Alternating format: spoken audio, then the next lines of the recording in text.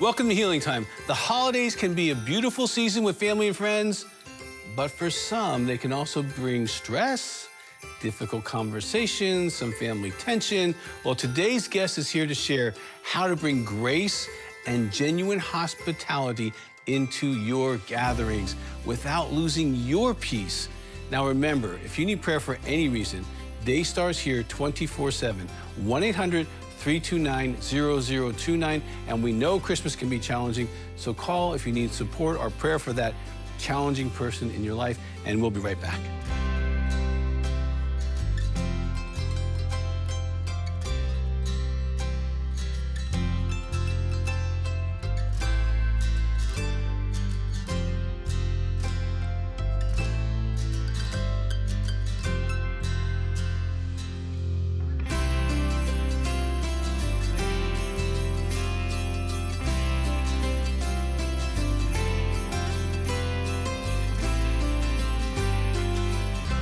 Today's guest is the founder of Everyday Etiquette, where she teaches practical lessons on emotional intelligence, hospitality, and social etiquette.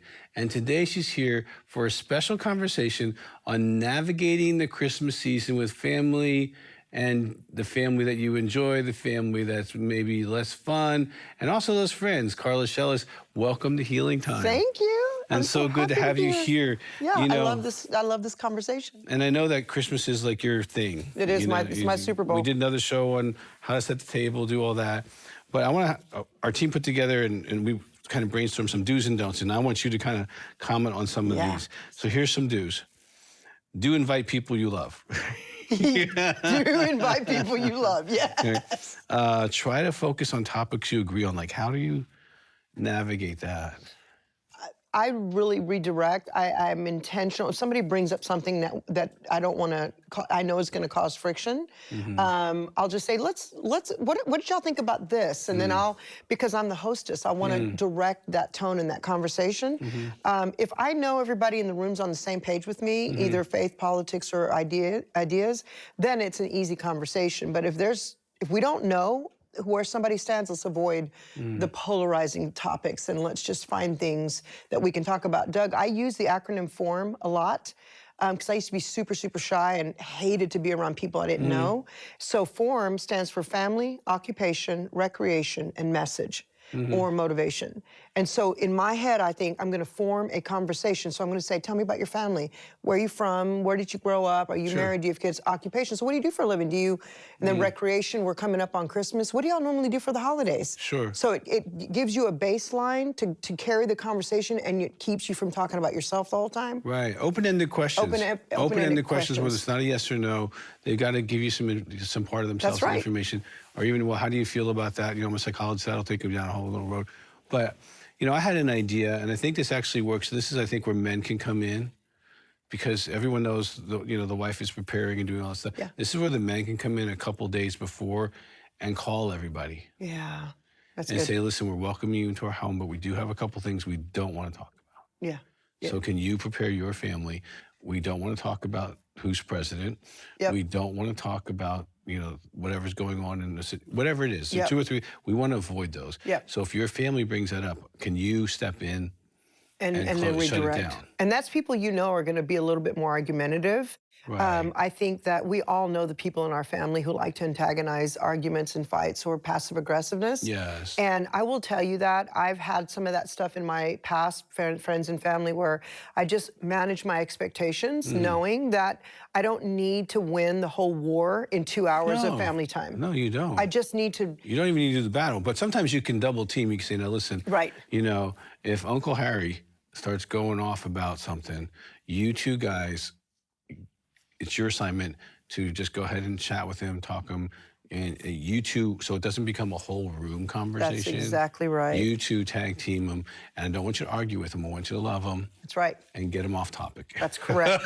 Redirect. Go back up. Let's get out of the pit. Let's go back up. Another do is to create traditions.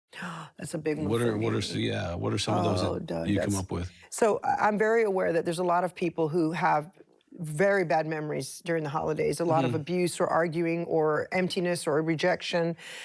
And they have said to me in the past— widows? Or widows who are by themselves, right? Yeah. They say to me, I hate Christmas because X, Y, Z. And I don't have traditions. I don't have any good memories. So I always say, let it start with you.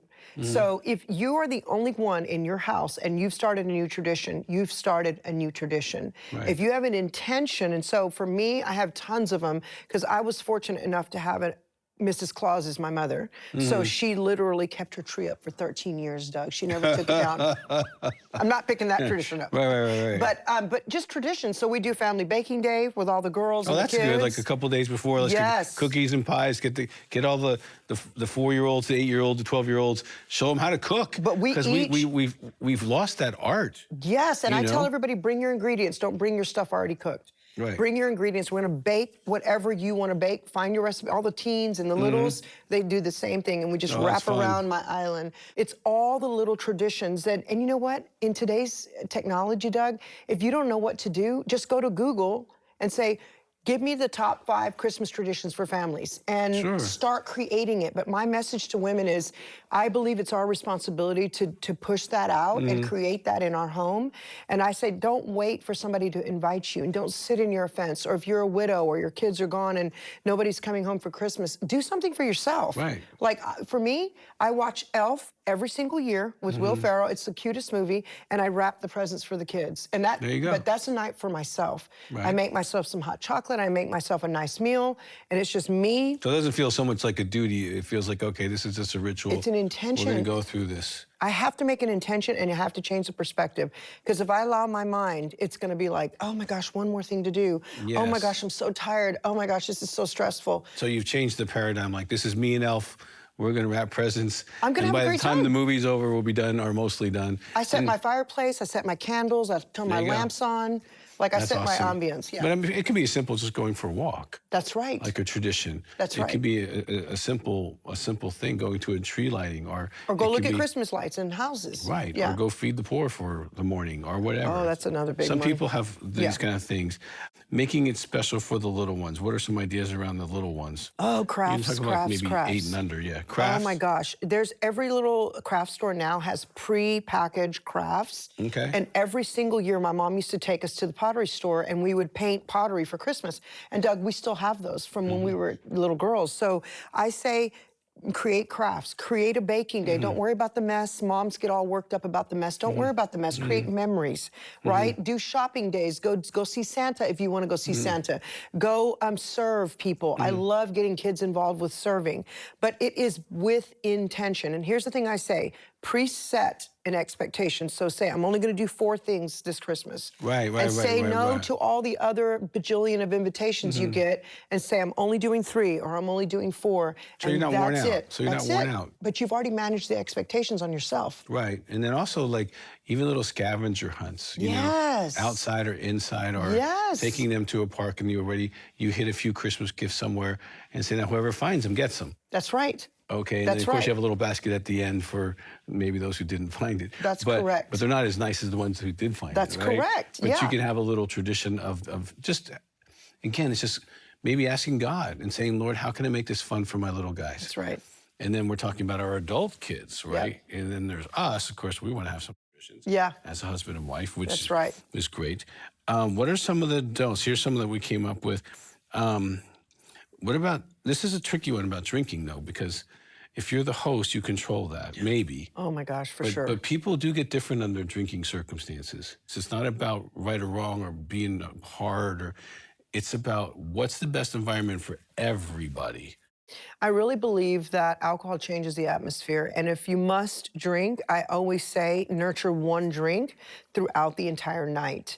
Because otherwise you're gonna, and I specifically always speak to women about how classy it is to not be completely intoxicated, and also to maintain your class and your integrity. And so if you must have a drink, nurture 1 and be classy about it. And don't, don't preload yourself with alcohol before you get to a party because they're not drinking. But as the hostess, I kind of read my crowd. So I'm hosting our neighborhood party. They all want wine, so I'll have wine, but I have limited amount out because I'm not a bar and I'm not an all-you-can-drink buffet. So I am going to limit what I put out because I don't want to encourage complete and total craziness in my house. Right. Go to your house and drink and have a party, but in my house, I'm not doing that. I'm not gonna be super strict and say, nobody can drink here because it's my neighborhood party and everybody has their But beliefs. family might be different. But for my family, I cut that out years ago because we had some things that happened I didn't appreciate. And so I just said, you know what, we're taking it all out. You guys can do that at home. You guys can go somewhere afterwards. Sure. I mean, anyone they can have a drink later. I mean, But if they can spend there's 3, so 4, many 5 hours fun at your things house, we it's can okay. do. Yeah, we don't have to be drinking alcohol to have a good time. So I really believe as the hostess, it's my job to set that environment. But I'm also like, if you focus over here, I'm going like this to look over here. So I love distracting everybody. Instead of saying, we are not doing alcohol because blah, blah, blah, I'll just say, oh, I don't talk about what we're not doing. I talk about what we are doing. But we can have like a creative apple ciders. We can have creative, you know, like where you take the little fruit things and you throw them in the freezer, and you can have ginger ale with little frozen fruit in it. And that's cool. 100%. You can have maybe an exotic coffees, or you can have maybe the things you get like at a health food place that are like cranberry apple, pineapple, whatever. And it's creating bars too. I create little bars, meaning like set your own hot chocolate bars, so all the toppings and all the fun stuff, or a mocktail bar where we have all the different fruits. We have the spritzers, we have the cranberry juice, the apple juice, the pineapple juice, and so we just create little scenes that also create an intention. So people, oh, this is fun, and it's just distracting from what we're not doing. Right. I think as parents, we focus too much on what we're not going to do and what we can't do, and we don't focus on what we are going to do and what's going to be fun. Right. That's so a huge shift in the thoughts. The point is just you can be creative. Yes, 100%. Okay, even with adults, like, you know, I'm not an alcohol drinker. I'm not going to argue theologically about that. You can go down both sides of the trail on that. Right. But for me, I'm a recovering alcoholic, so I don't drink, right? Right. So we just came up with creative ways, even in the neighborhood, to have like these exotic drinks that they've never had before. Oh, I love it. And they were more ecstatic about. They wanted to know where I got them. Yeah, yeah, Right. I love that. And they walked away with kind of like, oh, that was a new experience, and I didn't have to have an alcohol to be having fun. You know, Christmas can be a challenging time, and when we come back, I want to talk a little bit about that because, like, there are people. I remember, like, I was a college student, right? You know, and you're away from home. Yeah. You know, you have the widow, you have the person whose family's dysfunctional, and it's not exactly the best fun thing. Right. Or the person who was abused by someone in the family, who's going to be there, and there can be real challenges that sometimes, you know, we don't think about. That's right. And probably it's best for us to at least have a little chat about that. Well, you want to stay with us as we continue to talk with Carla Shellis about these things, because Christmas can be fun, but it also can be challenging. And, you know, here at Healing Time, we really want you to be equipped to do life well and to show off Jesus as well as you can. And Christmas gives you the best time to be Christ-like, but it's also sometimes the most challenging to be Christ-like because they knew you when you weren't Christian. They knew what you used to do and how you used to talk, and now you're this person. And so you got to be gracious with them as you've transformed and be a light more than a bonfire, okay? And be encouraging instead of dogmatic. People don't need religion at Christmas, they need relationship. And the relationship with your heart is way more important than being right and wrong. Well, stay with us, and we'll be right back. Dr. Doug Weiss's extensive collection of books, workbooks, and DVDs are all deeply rooted in the transformative power of the gospel and offer practical guidance for anyone in need of healing and change. Whether for yourself, a loved one, or to study together as a group, visit daystar.com/healing time to explore this life-changing collection of resources and experience the healing and hope of Jesus this Christmas. We're back with Carla Shellis talking about Christmas etiquette and how to ensure, well, or try to ensure, joyful, peaceful family gatherings as much as it depends upon you. So, Carla, I'm going to ask you some questions, okay? Yeah, let's go. All right, so what's a simple thing that someone can do to make their home feel like instantly warm and inviting? Put on your lamps, put on your candles, and your fireplace, if you have one. That literally is a game changer. And brew some coffee or bake some cookies. Those things together are, you don't have to have tons of money, tons of furniture. Those things together are an instant game changer in the ambiance of your house. Okay, that's good. And I would say put on a smile and give hugs. Well, that's emotional etiquette for me, is do your breathing, and to me, it is regulating that nervous system, because we are like frazzled by the time we get to that point. And the breathing is in for 5, really slow, inhale through the nose for 5, hold for 7, and then exhale for 8. That regulates. I do that 3 times in a row, and I can go from completely fritzed out to completely calm, because I believe, Doug, that we set the atmosphere. The women of the home set the atmosphere of the home. And I want my home to be peaceful and happy, not a battleground. This is really important. How do you handle it when something doesn't go as planned? Because something's not going to go. That's correct. Right. That's okay. correct. Either something's going to burn, it's not going to be done, someone forgot to bring a pie, or, little Joey decided to light the Christmas tree, like really light it, like with a fire, like with a lighter, right? It all does. It so, does. How do you kind of prepare someone for the unexpected, or what would be some good advice there? Be in advance in your head that if something happens, you're going to pivot.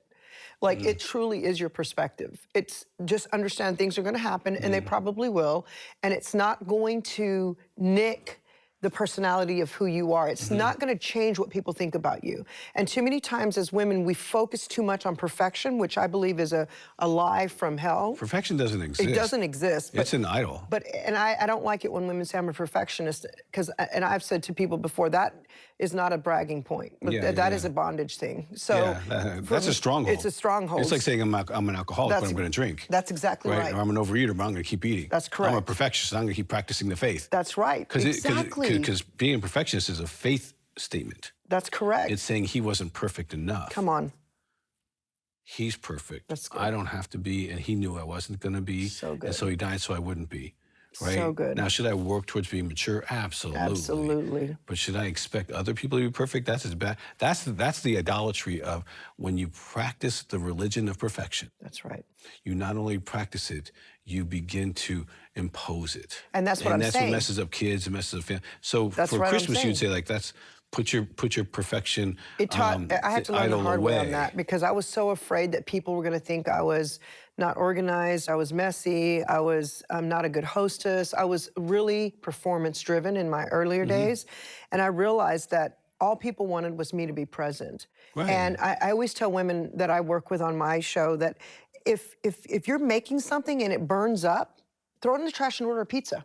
Right. It's not the end of the world. It's not. We all have, different delivery services. Just order something at the last minute. It'll be there in 30 minutes and pivot. Well, plus, not everybody has the same gift of organization. Right. Or the ability to do certain things. That's right. And that's where you get the other people in your family and friends to help you. That's correct. Where maybe you're not the best baker. Everybody wants to help, right. Okay, so either buy it or have someone come over and teach you. Right. Or pay them to make one for you.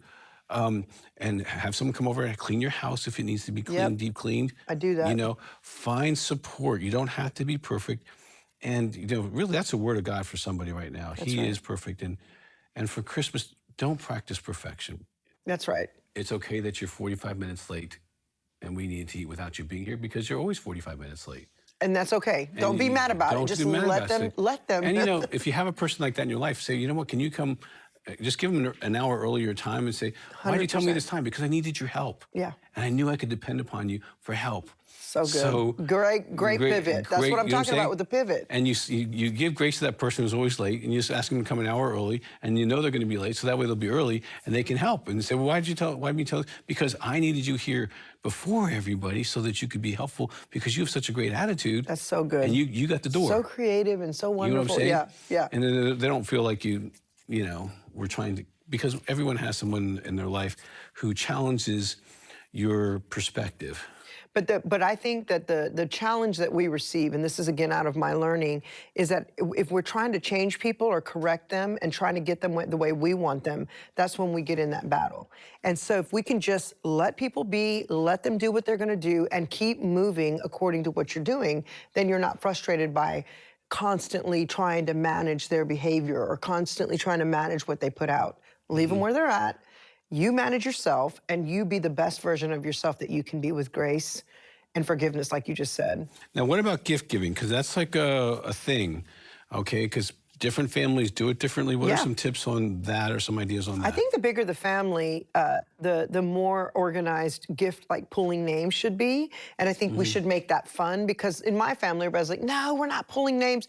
Well, that means like all of us are buying each other gifts. And Right. You're up a couple $1,000s, right? Automatically, right? My nephew's newly married with 2 babies, and I'm not expecting him to buy, 30 presents Right. for everybody. And so I think that we have to be cordial in that. And again, I set those things in my head, a budget for this person, a budget for that person, or you just make a game out of it. Because if you make a game out of it. Like a white elephant. Yes. And everybody buy gifts and make some of them, give the people who have kids to buy a kid's gift. And people, and just organize it. You have to be just organized. What I don't kids buy like- kids gifts. That's Adults right. buy adult gifts, and then we'll put them in 2 different trees or 2 different places in the room, and then call a kid up and say, okay, you get to pick one. Do white elephant with the kids. Oh, I do love white it. elephant with the adults, and It's then just- and then it do white becomes an elephant for the grandparents. Come on, grandparents, we deserve our own white elephant. It becomes an Okay? experience, though. And here's the thing I also want to speak to that I really want parents to stop doing is over-spiritualizing the holidays and saying, this is not about any gifts, it's not about this, it's about Jesus. Well, yeah, when it's about Jesus every day, then you don't have to like hyper-focus on one day. And so for me, like, don't tell the kids they can't get presents because you're feeling all philanthropical this year. Like, that's not nice for the kids. Like, let the kids enjoy the season. If you want to, and I always say, don't impose your personal convictions on everyone around you. Right. Like, let them This is enjoy not the evangelism moment. No. I mean, you can talk about Jesus in a good way and be kind, and I'm Yes. all about evangelism, but that's 365. That's 365. That's not Right. all on one day. A friend of mine calls it the Queasters. They only show up for God on Christmas and Easter. Right. And that's the thing. Well, if you're celebrating Jesus every day, then we can celebrate the fun spirit of Christmas. Sure. But I think back to your point about the gifts is, I had years, Doug, when we had no money, and we had to really figure out how to make that special. Sure. So I would put candy on top of the gift, but inside was just a pair of socks. Right. But it was just the experience. I'm all about experience because we remember experiences more than we remember And your kids what we probably got for remember the Christmas. candy more than they remember the gift. 100%. They probably still talk, oh, Mom, remember when you put Snickers on our Christmas presents? Yeah. That was the coolest thing ever. Yeah, Right? and then making sure the stockings were overflowing to the ground. And then Well, when they're 30 years old, every once in a while, put a Snicker on top of a gift. And they'll go, Mom. You know what I mean? They But it remember does. that. And they go, oh, that was special. You made my life special. And it didn't cost much for you to do that. It doesn't cost much when you're creative. That's right. Okay, so we're not talking about going into debt for Christmas. Not a good idea. Okay, and between your spouses, figure out what you're going to do. Have a budget for Christmas. Here's something that can also, I think, Carla, tell me what you think. I think it's okay to have a budget for Christmas. Oh, But what I mean absolutely. is, January, you put $30, $50, $100, or whatever you can afford as your Christmas budget, and you put it in a separate account. Literally, just goes out of your checking account into your Christmas account. And at Christmas, then love you that. have enough money, and there's not the stress. And as a man, you're not like, oh gosh, I got to do overtime just to pay I for got to Christmas. come up with $5,000 to cover all the Right. Christmas. Yeah. And it's like, no, that's a way to, Weiss, if you want to help your husbands and help you as a couple, go ahead and put it in your budget. As a marriage counselor, I always recommend that. Put Christmas in your budget, because it's like getting in a car wreck. I mean, really, it's anywhere from $2,000 to $5,000, right? That's right. And so, and even if you don't have the money, it's still you go into debt because you want to be appropriate. And don't do that. Plan for your Christmas so that everyone can have fun. That's right. Let's talk about, the being on TV and social media during the Christmas event at someone's house. Like in my house, we have a rule around the pool. If your kids are here in my house, your phone is in my house and you are watching the kids in the pool. That's no one's so dying in my pool. Important. Okay? So, and we have people who like their cell phones, but they honor that because it's my home. That's right. And it's okay if you predetermine everybody, your phones stay in your car. And you know what? And if there's an emergency, there's lots of us here, okay? Absolutely, We will but here's the figure thing: it out. people don't do that because they're afraid the kids are not going to come back, and they're going to get mad. And the more you feed the fear, the more that it comes into reality. But I agree with you. I think if we as parents don't create experiences throughout the day, we have to craft and curate the day. If we don't, That's it's really automatic smart. to the phone. Right. And so I don't do that. I love, love, love. I mean, we had times when we just sit back and relax. Everybody just checks out and takes a quick nap. But I love to have things ready to go. Like, let's do this and let's go to a movie. Let's go do this. Like, I very much plan events. I will call my family in July and August and October and say, okay, are you open for this day for Family Bacon Day? Are you open for this day to go to Grapevine Main Street or whatever? And I pre-plan that. Right. And, you know, intentionality. yes, because if we don't, then everybody automatically goes back to the normal. And for me, I definitely want my family to know, like, they can come to me. I take it very serious. It's my responsibility, and they can enjoy the experience. Right. That's what I want. But this is also, again, you know, some of this is weather-based, but like this is where you can play flag football under 10. Yeah. And then from 10 to 20. That's right. And then if there's anyone brave enough after that, they can. Yeah. You know, and you play short games. That's so much fun. 2 touchdowns, and you're the winner. And you can go to any social media outlet and just put Christmas family games, and there'll be 1,000 of them. Right. And they're so much fun. The other thing for me, Doug, is how can I find ways to make my family laugh together? Because we know what that does neurologically to the brain. It creates a locking memory to come back to. Bring your best joke. Everyone's responsible to bring one joke. Oh, that's so good. And then there's going to be a gold prize for the one that's over the top funny. I love that. So we're gonna so much. everyone bring a joke, get up there and teaches the kid how to do some public speaking. Yeah. They tell their joke. Okay, it was funny, and you know, and then get the top 5. Let's go. Okay, and now we're gonna vote. The whole family's gonna vote on the top joke, and you know, John, who's the boyfriend of your niece, wins, and everyone remembers John's joke, and they don't remember being on their phone during that whole 45 minutes. Because they were just laughing. That's right. And sometimes they were laughing because it wasn't funny. That's right. They were just trying to make him feel good. It was so bad. So, you know, I think that you can make Christmas very much happy. What's your website? CarlaShellis.org. CarlaShellis.org, and they can find some resources there on etiquette, emotional etiquette. Listen, go to our social media, go to at Dr. Doug Weiss on Instagram, and subscribe to YouTube at Dr. Doug Weiss and Healing Time Ministries. You can also listen to Dr. Doug Weiss podcast. This will be a fun one to share. It's on all the platforms. Listen, we love you so much. And pray for those before they come into your house. Have a couple days, you and your spouse, pray for those that are going to walk in your door so your heart is lined with his heart and they see his heart in your heart. God bless. Christmas is about Jesus, and you might have walked away from him for a while, or maybe you've never really made him Lord of your life. You can do that right now with me. With your words, say something like this. Say, Jesus, forgive me of my sins. I believe you died for me. I believe your blood paid for every mistake I've ever made. I declare you as Lord of my life. Fill me with your Spirit.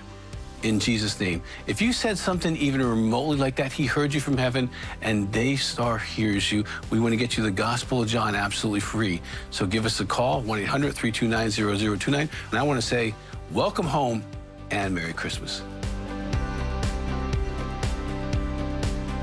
I hope now you're ready to have a Merry Christmas with your loved ones, filled with more peace, joy, and the real love of Jesus. Now remember, if you need prayer for any reason during the season, call Daystar, 1-800-329-0029. You know we love you, and until next time, share Jesus with somebody.